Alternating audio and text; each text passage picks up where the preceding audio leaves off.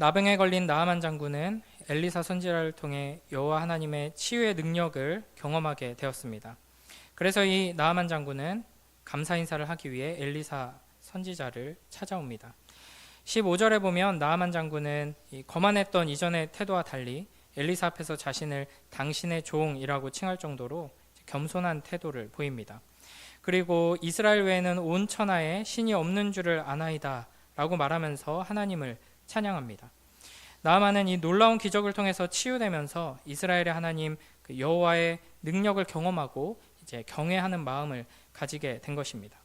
그래서 나아만은 엘리사에게 자신이 준비해온 예물을 받으라고 권합니다.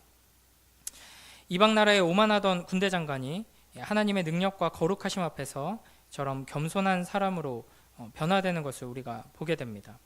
이 나아만은 육체의 질병뿐 아니라 이 마음과 영혼의 이 완고함이라는 질병까지도 고침받고 있다 하는 것을 우리가 볼 수 있습니다.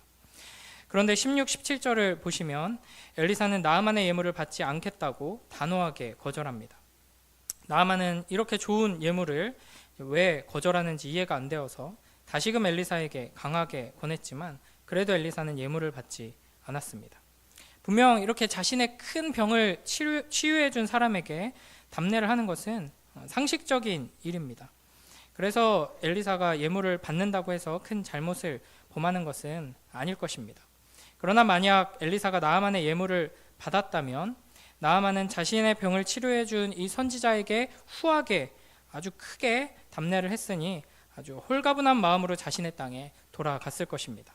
그리고 이 나아만은 이스라엘의 하나님 여호와를 자신이 섬기는 신이나 주변의 여러 민족들이 섬기는 다양한 신들과 비슷한 방식으로 이해했을 것입니다. 물론 그 어떤 신보다도 훨씬 더 큰 능력의 신이라고는 생각했겠죠.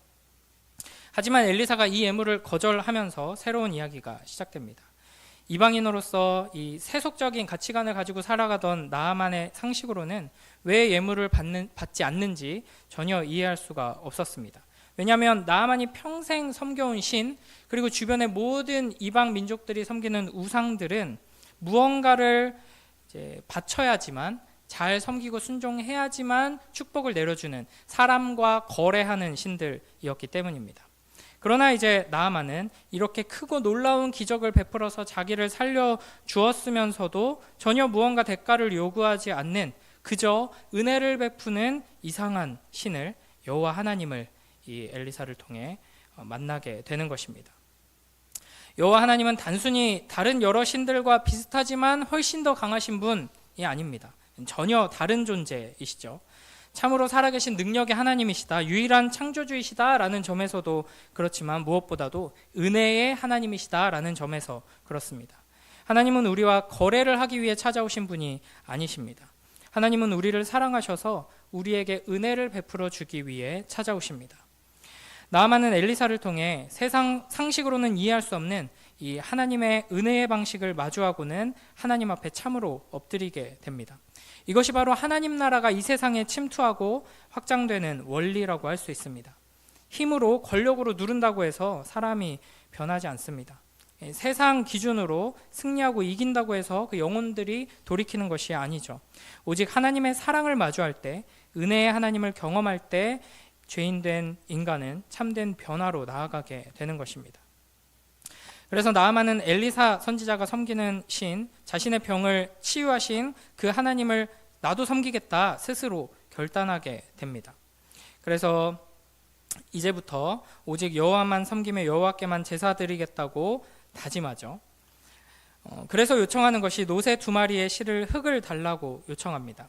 아람으로 돌아가게 되면 이 흙으로 여호와를 위한 제단을 만들어서 거기서 여호와만 섬기는 삶을 살겠다라는 것이죠. 그러니까 오늘 우리의 관점으로 이걸 보면 굉장히 미신적인 태도입니다.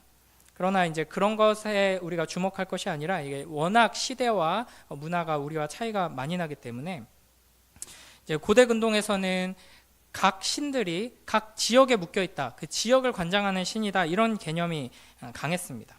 그래서 그 땅이 중심이기 때문에 여호와 하나님께서 다스리시는 이 땅의 흙을 가져가서 나도 거기서 여호와 하나님을 섬기겠다 이런 개념을 가지고 있었던 것이죠. 그러니까 이런 나아만의 모습은 당시 이스라엘 사람들과 큰 대조를 이루고 있습니다. 엘리야와 엘리사를 통해서 하나님께서 베푸시는 그 놀라운 기적과 하나님의 말씀들을 이제 듣고 경험해놓고도 여전히 하나님을 온전히 신뢰하는 모습을 보이지 못하고 있는 이 이스라엘의 왕과 지도자들과 이 백성들과 달리 이 나아만은 단 한 번의 기적을 체험하고도 하나님이 참 하나님이시다 하는 것을 깨닫고 하나님 앞에 바르게 엎드리고 예배하는 삶을 다짐하고 있는 것입니다. 이어서 18, 19절을 보면 이런 나아만이 엘리사에게 한 가지 양해를 구합니다. 자신이 주인인 아람 왕이 림몬 신당에 들어가서 절할 때 왕이 자신의 손을 의지한다 이렇게 말합니다. 그러니까 이 군대 장관이기 때문에 왕이 이제 예배를 드릴 때 우상 앞에 절할 때 자신이 이제 맡은 역할이 있다. 그래서 함께 절해야 한다. 이것을 용서해 주시기를 청하죠. 물론 이제 다른 신 앞에 절하는 거 분명 잘못된 일입니다. 그러나 얼마 전까지만 해도 이방신을 섬기는 또 이방 그 나라에서 아주 높은 자리에 있던 이 나아만이 하나님 외에 다른 신 앞에 절하는 것에 스스로 이제 뭐 어떻게 해라 하지 말아라 이야기를 들은 것도 아님에도 불구하고 스스로 부담감을 갖고 먼저 용서를 구하는 이 태도를 보면은 이제 다시 한번 이스라엘의 이 모습과 큰 대조를 이루면서 오히려 하나님께서 굉장히 기특하게 여기시면서 바라보지 않으셨을까 생각할 수 있습니다. 또 이제 이것을 우리 이 시대와 비교해봐도 지금 이 세상에 수많은 사람들은 수많은 죄와 우리 삶 곳곳에 침투해 있는 수많은 우상들 앞에서 우리의 마음의 무릎을 꿇고 우리의 많은 것들을 제물로 바치면서도 전혀 두려워하지 않고 하나님 앞에 어떻게 이 문제를 해결할까 고민하지 않고 살아가는 경우가 많이 있습니다. 그런 점에서 이 나아만의 모습은 참 놀랍다고 할 수 있습니다. 엘리사는 이런 나아만에게 평안히 가라라고 답변합니다. 그러니까 림몬 신에게 절하다니 그건 절대 안 된다. 이제 하나님의 은혜를 맛봤는데 하나님의 사람으로서 그러면 안 된다라고 하든지 돌아가지 마라. 거기는 이방의 땅이니 우상을 섬기는 땅이니 돌아가지 말고 여기 있어라. 이렇게 하지 않습니다. 나아만이 아람 왕의 신하로서 어쩔 수 없이 해야 하는 그 일을 이제 허용합니다. 평안히 가라라고 말하죠. 뭐 여러 가지로 생각할 수 있지만 만일 나아만이 아람으로 돌아가지 않는다면 이제 그 가족과 뭐 그 가문과 연관된 많은 사람들이 반역자로 몰려서 죽게 되겠죠. 그리고 돌아간 후에 측근으로 있으면서 여전히 높은 자리에 있으면서 이제 그 예배에 참석하지 않는다. 그것도 이제 왕명을 어기는 큰 죄가 될 것입니다. 그러니까 이제 복잡한 이야기지만 이제 나아만의 요청과 엘리사의 허락을 우리가 적용적으로 생각할 때는 나아만의 직업적 책임의 측면으로도 이해할 수 있지 않을까 싶습니다. 물론 우리는 죄의 모든 모양이라도 버리고 하나님의 거룩한 백성으로 살아야 합니다. 그러므로 모든 죄에서 과감하게 떠나는 것이 옳습니다. 하지만 엘리사가 나아만의 요청을 승인해 준 이유는 그가 이제 막 하나님을 만난 이제 막 개종한 신앙의 아기와 같은 자였기 때문입니다. 그러니까 비록 이제 하나님만 섬기겠다라고 다짐했지만 이제 그 앞에 펼쳐진 삶은 이방신을 섬기는 그런 문화 속으로 들어가야 하는 것이었습니다. 이런 상황 속에서 나아만에게 율법을 가르치고 율법의 조항들을 지켜야 한다는 것을 요구한다면 이제 그 나아만의 신앙이 제대로 서는 것이 오히려 어려울 것입니다. 그러니까 이 나아만에게 다니엘과 새 친구와 같은 순교적인 믿음을 바로 요구할 수는 없는 것이죠. 그러니까 하나님께서는 우리에게는 그와 같은 순교적인 신앙을 요구하시지만 이제 각자의 상황과 환경에 따라서 이 믿음의 분량에 따라서 인도하십니다. 그러니까 여기서도 우리는 우리 하나님이 은혜의 하나님이시다라는 것을 확인할 수 있습니다. 무조건적으로 법을 정하고 하나님의 기준을 정한 다음에 거기에 맞는 이들은 받아들이고 거기에 맞지 않는 이들은 배제하시고 저주하시는 분이 아니시죠. 우리에게 은혜를 베푸시고 우리의 마음이 먼저 하나님께로 향하도록 역사하시는 은혜의 하나님이 바로 우리 아버지 하나님이십니다. 이어서 20절부터 24절을 보면 엘리사의 사환 게하시가 엘리사가 거절한 예물을 떠올리면서 그 중에 무엇이든 받아야겠다라는 생각으로 나아만을 뒤쫓아갑니다. 나아만은 엘리사의 부탁이라고 하자 이제 게하시가 요청했던 은 1달란트와 옷 2벌에서 이제 은 1달란트를 더 얹어서 은 2달란트와 옷 2벌을 줍니다. 그리고 게하시는 나아만의 2 사환이 그 예물을 갖고 언덕까지 오도록 합니다. 여기서 이제 언덕으로 간 것은 사람들이 쉽게 접근하지 못하는 이제 은밀한 장소로 갔다는 것을 의미합니다. 게하시가 이런 장소를 선택해서 이제 나아만의 종들에게 예물을 받은 것은 이제 자기가 행하고 있는 이 악한 일, 이 사기극을 들키지 않을 수 있다라고 생각했기 때문일 것입니다. 그리고 처음 나아만이 엘리사에게 주려고 가져왔던 은 10달란트, 금 6,000세겔, 의복 10벌에 비하면 은 2달란트, 옷 2벌은 뭐 이렇게 큰 게 아니다. 뭐 이렇게 또 자기 합리화를 했을 것이죠. 그래서 그러나 이제 마지막 25절부터 27절을 보면 아무도 모를 줄 알았던 이 게하시의 사기극을 엘리사는 이미 훤히 알고 있었습니다. 그러나 또 은혜로우신 여호와 하나님께서는 엘리사를 통해서 이 게하시에게 회개할 기회를 주십니다. 엘리사는 게하시에게 어디에서 오느냐라고 물음으로써 게하시가 그제라도 사실대로 말할 기회를 주는 것이죠. 그러나 탐욕의 마음이 뺏긴 게하시는 엘리사에게도 거짓말을 합니다. 그러자 엘리사는 하나님의 일을 방해하는 게하시를 꾸짖고 책망합니다. 결국 어떻게 되냐면 나아만이 알았던 그 병이 게하시와 그의 자손에게까지 옮겨가는 하나님의 무서운 심판이 내려지게 됩니다. 이렇게 둘의 운명이 바뀐 것은 하나님의 백성의 불신앙과 이방인의 이 신앙을 통해서 하나님의 백성이 지금 얼마나 하나님을 믿지 못하고 있는지를 분명히 보여주면서 하나님의 그 은혜는 이 하나님을 전혀 알지 못하고 절대 하나님 앞에 하나님과 언약을 맺은 백성이 될 자격이 없을 것처럼 보이는 이방인들마저도 변화시킨다 하는 것을 대조적으로 보여주십니다.